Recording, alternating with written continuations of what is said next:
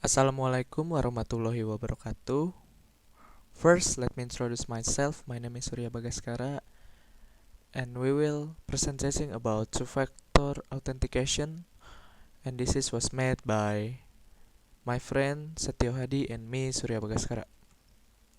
So this is the table of contents. First is definition of security, which deal with computer security and vulnerabilities and attacks. The second of there is definition of authentication, which deals with authentication factors and authentication types.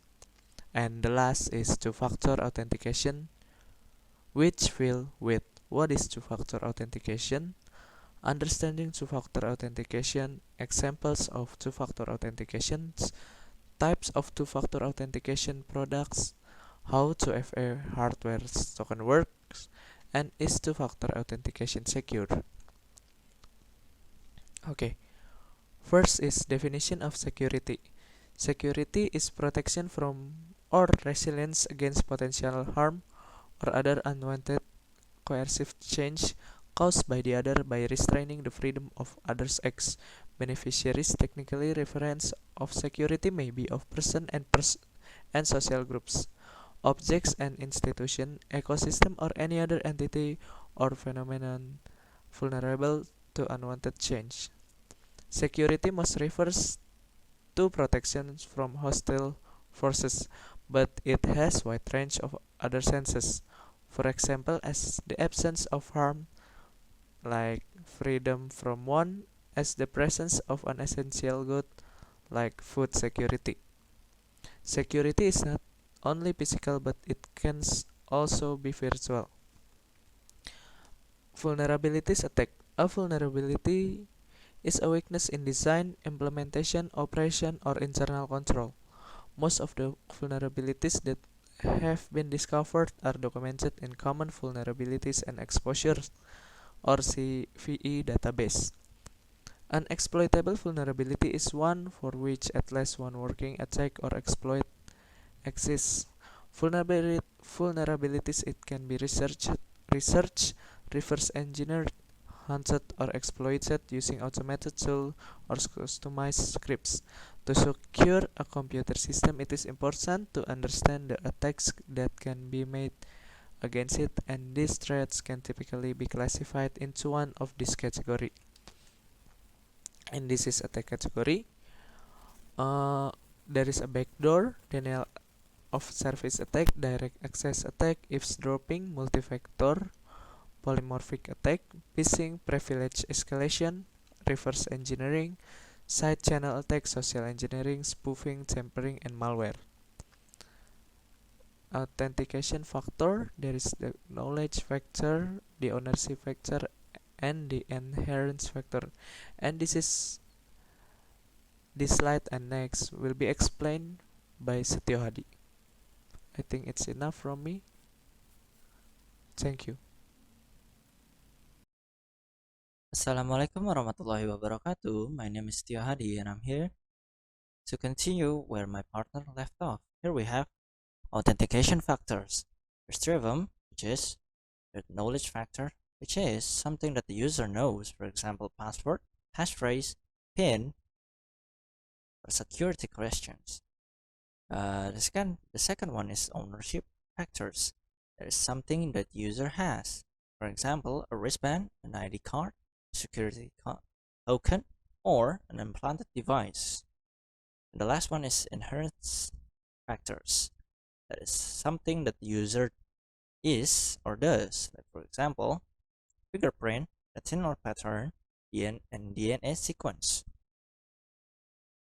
Next we have authentication types.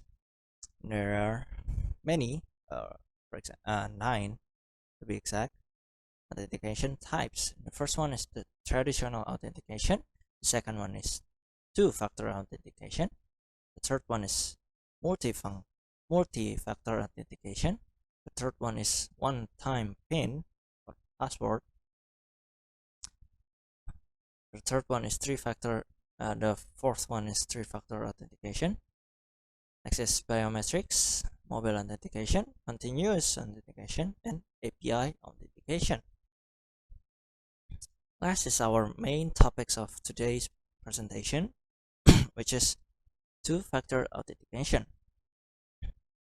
First thing first, what is two-factor authentication? Well, two-factor authentication or 2FA is a method of establishing access to an online account or computer system that requires the user to provide two different types of information. Understanding two-factor authentication. Two-factor authentication is designed to prevent unauthorized users from gaining access to an account with nothing more than a stolen password. User may at a greater risk of compromised password than they realize, particularly if they use the same password on more than one account. Downloading software and clicking on links in emails can also expose an individual to password theft. Two-factor authentication is a combination of the two of the following. First one is something you know, example your password. Second one is something you have, example such as a text with a code sent to your smartphone or your device or smartphone authenticator app. And the last one is something you are. Again, biometrics using your fingerprints, face, or retina. These are examples of 2FAs. We are going to use Apple account. Apple account holders can use 2FAs to ensure that the account can be only accessed from a trusted device. If the user tries to log in into their iCloud account from a different computer, the user will need the password but also a multi-digit code that Apple will send to one of the user's devices, such as their iPhone. Another example is Google. If you try to log in to your Google account from another device, Google will ask for your password, and after you log in with your password, the Google will send a text to your phone saying, "Is this you?" And then you have to click yes or no. Fourth, types of two-factor authentication products. There are many different devices and services for implementing 2FAs, from tokens to radio frequency identification, cards to smartphone apps. Two-factor authentication products can be divided into two categories. First one is tokens that are given to users to use when logging in, and infrastructures or software that recognize and authenticates access for users that who are using their token correctly. Authentication token may be physically device, such as key fobs or smart cards. They may exist in software or as a mobile or desktop app that generate PIN codes for authentication. These authentication codes, also known as one-time passwords or OTPs, are usually generated by a server and can be recognized as authentic by authentication device or app.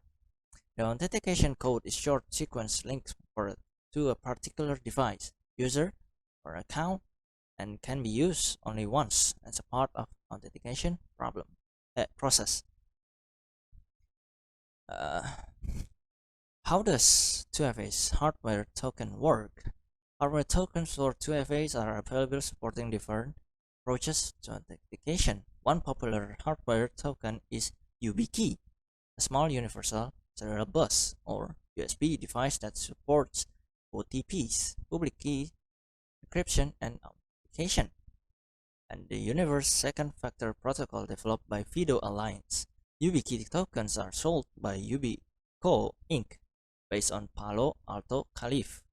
When user with a YubiKey log in and to an online service that supports OTP such as Gmail, GitHub, or WordPress, they insert the YubiKey into the USB port as their device. Enter the password, click on the YubiKey field, and touch the YubiKey button. The YubiKey key generates an OTP and enters it in the field. The OTP is 44-character single-use password. The first 12 characters are unique ID that represent the security key registered within the account. The remaining 32 characters contain the information that is encrypted using key known as only to the device and Yubico's server, established during initial account registration. The OTP is sent from online device service to Ubico for authentication checking. Once the OTP is validated, Ubico authentication server sends back a message confirming this is the right token for this user. And then the 2FA is complete. The user has provided two-factor authentication. The password is knowledge factor and the YubiKey is possession factor. Last but not least is 2FA secure. While 2FA does improve security, 2FA schemes are only secure as their weakest component. For example, hardware tokens depend on the security of the issuer or the manufacturer. One of the most high-profile cases of a compromised two-factor system occurred in 2011 when Security Compass RSA Security reported its Secure ID authentication tokens has been hacked. The account recovery process itself can also be superb when it is used to defeat two-factor authentication because it often resets a user current password and emails temporarily password to allow the user to log in again. By passing the 2FA process, the business Gmail account of chief executive of Cloudware were hacked in this way. Although SMS-based 2FA is inexpensive, easy to implement, and considered user-friendly, it is vulnerable to numerous attacks. The National Institute of Standards and Technology has discouraged the use of SMS in 2FA services in its special publication 863 Digital Identity Guidelines. NIST conclude that OTPs via SMS are too vulnerable due to mobile phone number portability attacks against the mobile phone network and malware that can be used to intercept and redirect text messages. That's all from me today. Thank you for your attention. Wassalamualaikum warahmatullahi wabarakatuh.